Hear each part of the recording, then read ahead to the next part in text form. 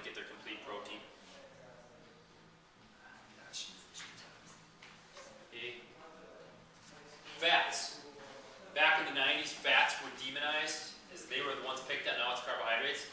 But fats are actually important. It's just the type of fats that we eat. Good fats will actually help you lose weight, will actually keep your metabolism going. They actually protect your muscle from being broken down. They can be used for energy. They help stabilize. Once again, good fats will help stabilize blood sugar.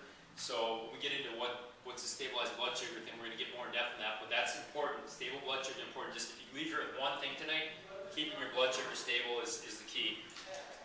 Fat is pretty much in every cell membrane in the body, in every system, digestive, immune, respiratory, cardiovascular. So if you don't have enough fat, you're going to severely hamper the structural integrity of those systems. So fat supports all those systems. Now when I talk about fat, I'm talking about non-saturated fats like omega-3s, omega-6s, and omega-9s. I'm not talking about saturated fat like you get from McDonald's and those places. Those are more trans fats, saturated fats. But fat is really important for just overall body health. Have you ever tried to cut fat completely out of your diet? Has anybody ever tried that? I know I did. Back in college, I thought it'd be a cool experiment. I felt so lethargic and weak. So you will actually, if you ever try to completely eliminate fat, kind of like when you completely eliminate carbohydrates, it might work for a day or two, but you're really going to feel like crap. And you're going to function very poorly. You're not going to feel like going to the gym and actually working out and have the energy to do something like that. Now here's the kicker. Caloric value is 9 calories per gram. So it's over 2 times as much per gram in calories as it is as the other two are. The other two are 4. So if I'm at a 2,000 calorie diet and I go to 30% of my calories from fat, that's 600 calories again divided by 9. What does that end up being about? So we had about 600 calories by 9. Let's see how my Mankato State education does here.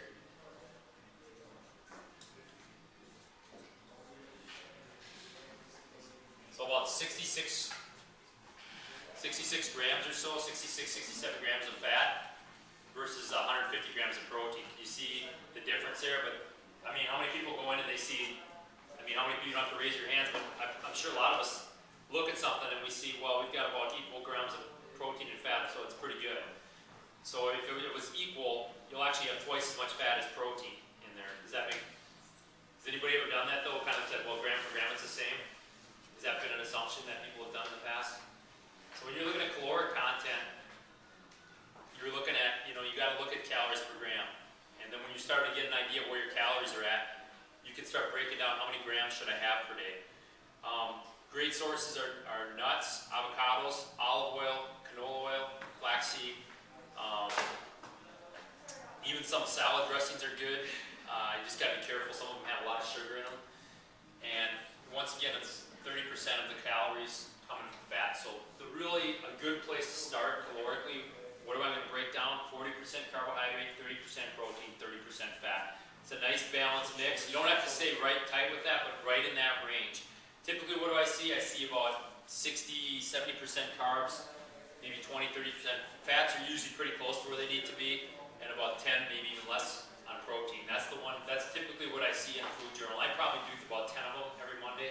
I go through them and I start to see a lot of the same things. So that's typically where I see people falling short, is they don't eat too many carbohydrates, too many of the wrong kind of carbohydrates. Fats, generally not too bad. Proteins typically is a little bit too low on the average. So that's just kind of a basic rundown of your macronutrients. When you get more into...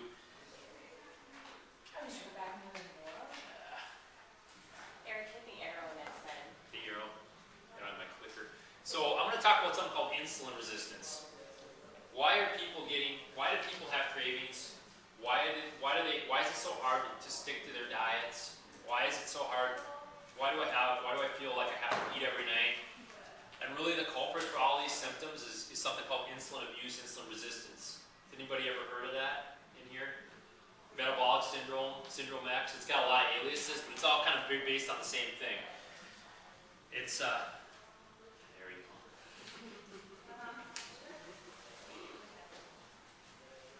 Here are the symptoms of insulin abuse. Feeling tired after a meal. Carb addiction, nighttime eating, resistance to weight loss. You know, who here could, you know, back in your 20s or when you were younger, I could jump on, do some cardio, throw some exercise in, and that weight would come right off. Now I do the same thing 10 years down the road, and it doesn't come off like it used to. And a lot of people blame it on metabolism. Metabolism is what gets blamed, but the problem is insulin abuse, which leads to insulin resistance. That's the big main culprit. And this is, if you can come out of this jump start with one thing, and some of you have already gone through this, but it's good to hear it again, is if you can understand this concept, why do I get resistant to weight loss? Why do I have such a hard time losing weight? Why do I feel hungry all the time? You will do a lot better. This is a big concept, so I want to spend a little more time on this concept. You've got something called the high glycemic roller coaster. And this is kind of a snapshot of your blood sugar. So typically what I see is somebody come in and they eat a breakfast. They say, well, I say, what do you have for breakfast? And they say, well, I eat pretty good. I have a nice healthy bowl of Rice Krispies or Cheerios. Then I have some orange juice and I might have a bagel. So all those things, typically the bagel is a white bagel processed. Maybe they grabbed it at Super America.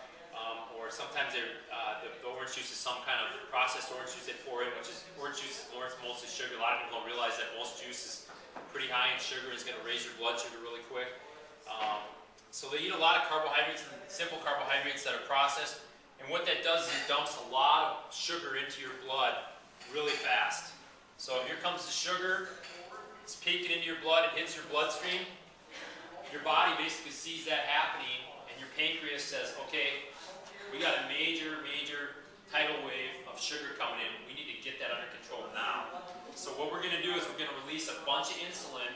And insulin is the hormone that's job is to take all that sugar out of your bloodstream and then shuttle it off into the muscle cells. That is insulin's job. Some of you guys might know people that are diabetic. That's why they have to take insulin, because their insulin doesn't work right.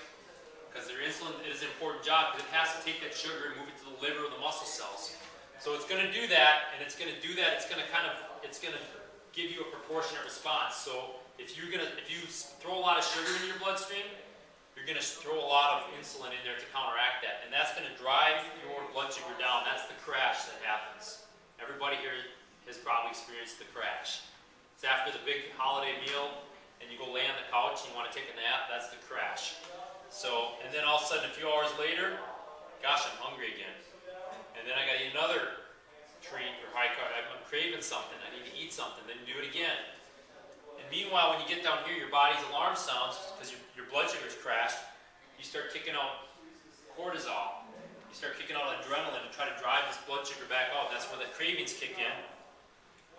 And high levels of cortisol are another thing that will lead to accumulation of body fat around the middle too. So you start kicking out all these stress hormones. Here we go again. We put some sugar back in. We kick out a bunch of insulin. Now that works for a while. I mean, I know people like back in the day when they were in their 20s, they could eat McDonald's and they stayed really lean.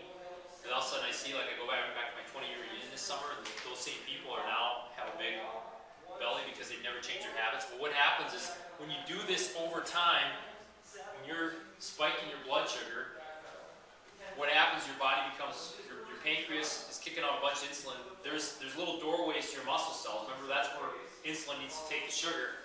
Doorways to the muscle cells become desensitized because you have so much insulin in there. Your body's so used to it. It's kind of like the boy that cried wolf. It doesn't. It's like there's so much out there. I don't need to even worry about it anymore.